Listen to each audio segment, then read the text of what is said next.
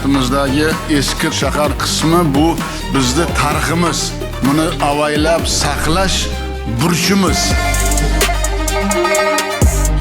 Hastimon mahallasi Zarqaynar turistik ko'chasining tashkil etilishi va unga sayyohlarning asosiy kelish maqsadi ham shundaki, unda haqiqiy sharq va o'zbekona koloritni yaratilganligi, ko'chada mavjud bo'lgan xonadonlar yoki servis obyektlarining qiyofalari milliy ko'rinishga olib kelinganligi sayyohlarni o'ziga jalb etmoqda.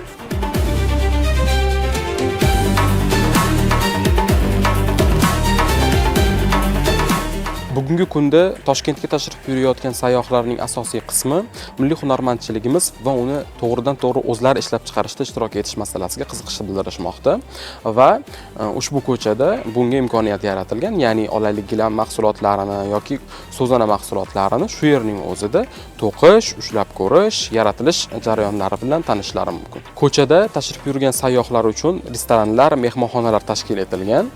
Bu ham bo'lsa, o'sha tashrif buyurgan mehmonlar shu yerning o'zida, ko'chani o'zida, tarixiy ko'chani eski shahar hududida istiqomat qilishlari va bir muddat eski shahar koloriti bilan yashashga imkon beradi.